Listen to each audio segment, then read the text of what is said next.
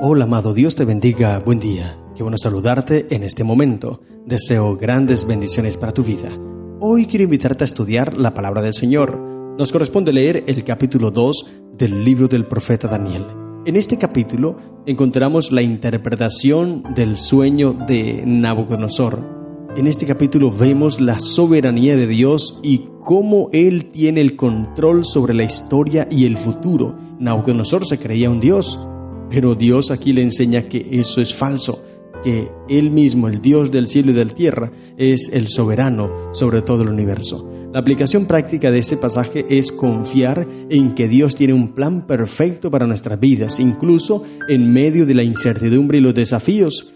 Nos invita a buscar la sabiduría y la dirección de Dios en todo momento, reconociendo que Él es quien guía nuestros pasos y nos revela su voluntad. En resumen, Daniel 2 nos recuerda que Dios es el soberano sobre todas las cosas y que podemos confiar en Él en todo momento, porque Él está dispuesto a bendecirnos. Ya leímos ayer el capítulo 1 y vimos cómo el Señor responde a la fidelidad y a la confianza del ser humano.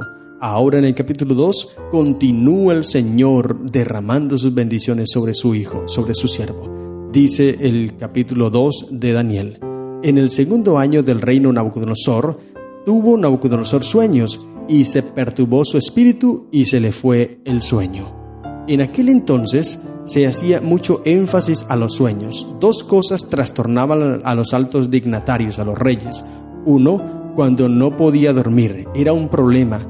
Y cuando esto pasaba, entonces alguien debía leerle todas las crónicas de los reyes para que a él le fuese dando sueño. Y allí vemos el ejemplo en Esther, cuando el rey no puede dormir y entonces empieza a leerle las crónicas y allí descubre que Mardoqueo hizo algo interesante y por eso premia a Mardoqueo. Pero también había otro problema, y es cuando el rey tenía un sueño. Esto lo consideraban como un mensaje de los dioses. Y ahora Nabucodonosor tiene un sueño, un problema, porque no solamente tuvo el sueño, sino que se le olvida y él se queda trastornado con el sueño porque le pareció impresionante. Y puedes leer el texto, no vamos a leer todo el capítulo, pero sí por partecitas. Cuando Nabucodonosor llama a los adivinos, los sabios, los astrólogos, allí no estaba Daniel obviamente, pero llamó a los otros porque Daniel estaba en otro cargo, en otra función tal vez, y entonces dice, el rey les pide, versículo 9, si no me mostráis el sueño, una sola sentencia hay para vosotros, ciertamente preparáis respuesta mentirosa y perversa que decir delante de mí,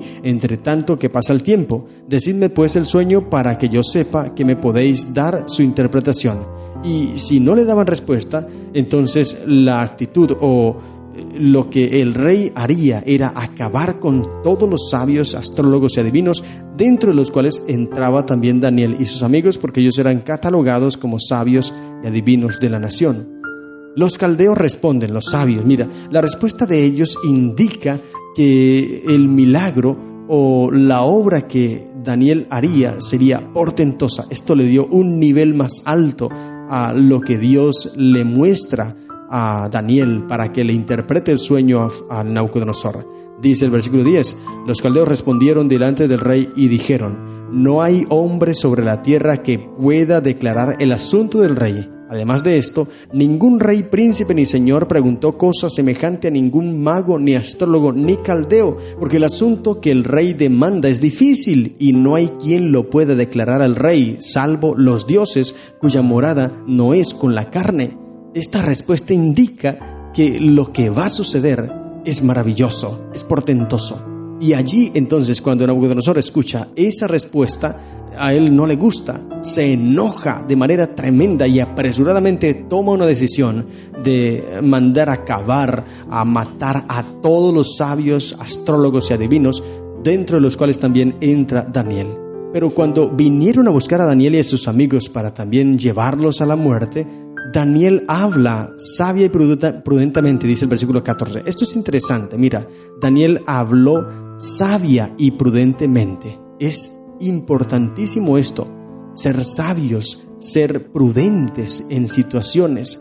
¿Y cómo podemos hacerlo? Dios nos ayuda a poder tener todo esto, la sensatez, la prudencia. Daniel habla así Y entonces el capitán de la guarda le responde y le da lo que Daniel le pide. Versículo 15, habló y dijo a Arioc, capitán del rey: ¿cuál es la causa de que este edicto se publique de parte del rey tan apresuradamente? Entonces Arioc hizo saber a Daniel lo que había. Mira cómo Dios pone en gracia ante los ojos de las demás personas a Daniel. Es interesante, Dios todo responde. Como leímos en el capítulo anterior, Dios responde a la obediencia y la fidelidad y la fe de sus hijos. Y Daniel entró, versículo 16, y pidió al rey que le diese tiempo y que él mostraría la interpretación del rey. Y entonces, en el versículo 17, se fue Daniel a su casa e hizo saber lo que había a Ananías, Misael y Azarías, su compañero, para que pidiese misericordia del Dios del cielo sobre este misterio, a fin de que Daniel y sus compañeros no pereciesen con los otros sabios de Babilonia. Maravilloso esto. Mira, ellos no confiaron en su propia prudencia. Lo primero que hicieron al tener el problema es ir a hablar con Dios, a presentarle el caso a Dios, a pedirle a Dios sabiduría, a pedirle a Dios misericordia. Y esto es lo que nosotros debemos hacer también, pedirle a Dios clemencia, sabiduría, y Él nos la dará. Mensajes Selectos, página 82 del año 1900, dice la sierva de Dios: los que viven en estrecha comunión con Cristo serán promovidos por Él a puestos de confianza. El siervo que hace lo mejor que puede para su amo es admitido a una relación familiar con aquel cuyas órdenes obedece con amor. En el fiel cumplimiento del deber, podemos llegar a ser uno con Cristo, pues los que obedecen las órdenes de Dios pueden hablarle con libertad. El que conversa más familiarmente con su guía divino tiene el concepto más elevado de la grandeza de Dios y es el más obediente a sus órdenes. Maravilloso. Esto era Daniel, querido hermano, y sus amigos. Por eso Dios le responde.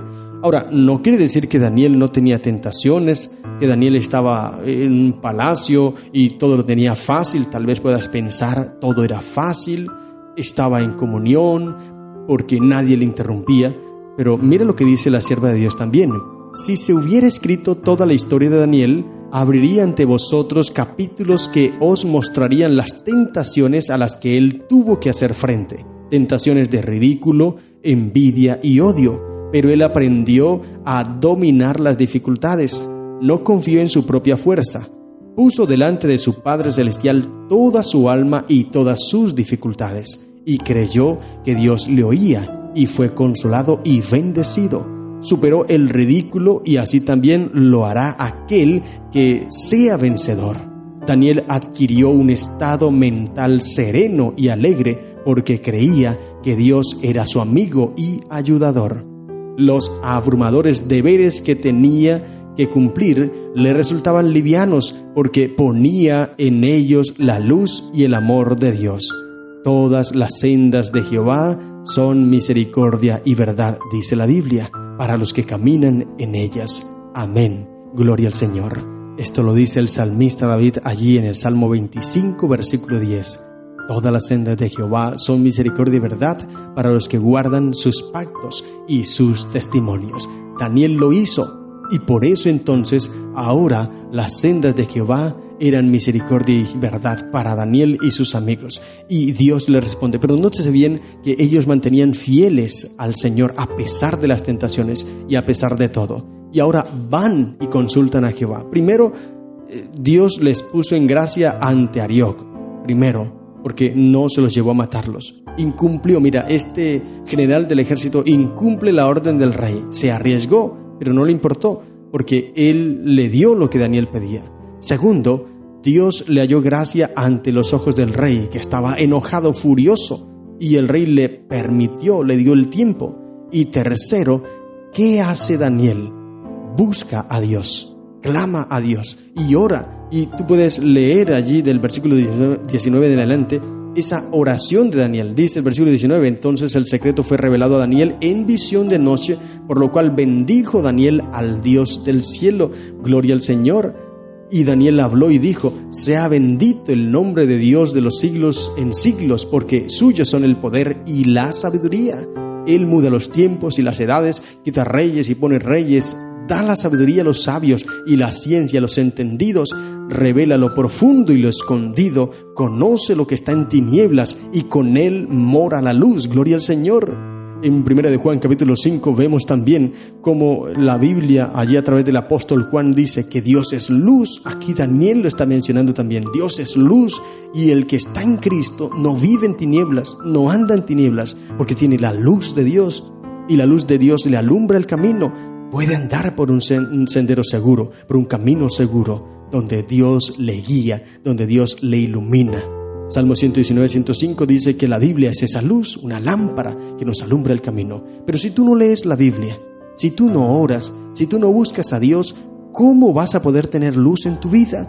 Por eso es que los problemas llegan y te ahogan, por eso es que los problemas llegan y te deprimen, te angustian, te desaniman, porque tú no estás en la luz de Cristo. Es importante, hermanos, que confiemos en el Señor. Mira el problema que se le aparece a Daniel, un problema grande, serio, pero él, como está en luz, entonces Dios le responde y Dios le da lo que Daniel le pide. Y ahora Daniel va y se presenta ante Nabucodonosor. Y cuando él llega, pues el rey le dijo: ¿puedes tú hacerme, versículo 26, puedes tú hacerme conocer el sueño que vi y su interpretación?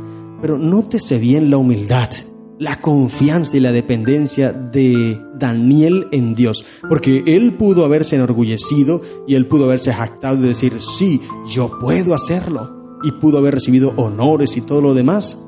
Pero el interés de Daniel no era ese. El interés de Daniel era glorificar, era honrar, era bendecir el nombre de Dios. De esto debemos aprender muchísimo. Y entonces Daniel respondió, versículo 27, Daniel respondió delante del rey: el misterio que el rey demanda, ni sabios, ni astrólogos, ni magos, ni adivinos lo pueden revelar al rey. Él presentó una vez más lo que aquellos hombres le habían dicho a Nabucodonosor: nadie, no hay hombre alguno que pueda revelar estos misterios. Y la intención que tiene Daniel al mencionar esto es exaltar, es glorificar, es engrandecer el nombre de Dios ante los oídos y ante la presencia de Nabucodonosor. Porque luego el versículo 28 dice: pero hay un Dios en los cielos, el cual revela los misterios, y él ha hecho saber al rey Nabucodonosor lo que ha de acontecer en los postreros días. He aquí tu sueño y las visiones que has tenido en tu cama. Amén. El nombre de Dios fue exaltado, el nombre de Dios fue honrado en aquel momento. Daniel, este siervo del Señor, exaltó su santo nombre y ahora Dios fue conocido en aquel lugar. Nabucodonosor entiende la visión. Nabucodonosor recibe un mensaje de Dios y empieza allí. No vamos a leer porque esto tú lo sabes. Simplemente voy a resumirte, porque el profeta Daniel empieza a interpretarle el sueño. Y el sueño es una estatua que está dividido por metales, la cabeza de oro que representa a Babilonia. Nabucodonosor creía que él era un dios, pero con esta visión Dios le muestra que en algún momento, aunque ese reino, aunque ese imperio es fuerte, pero va a terminar. Y llega otro reino, el pecho y los brazos de plata, que representa a los medos y los persas, que llegarían en el año 539 y destruirían a Babilonia y estarían allí combatiendo y serían un reino fuerte también. Pero luego llegarían los griegos, representados allí en la imagen, en la estatua, por los vientres de bronce que representan a Grecia, y allí estaría Alejandro Magno liderando y conquistando con gran rapidez.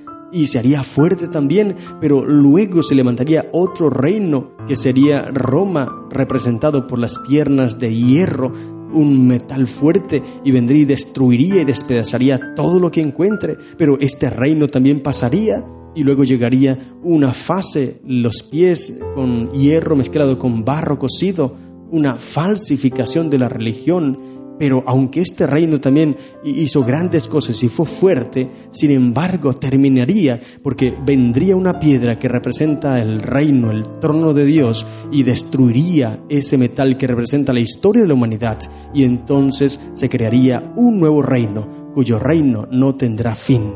Este fue el mensaje, esta fue la visión.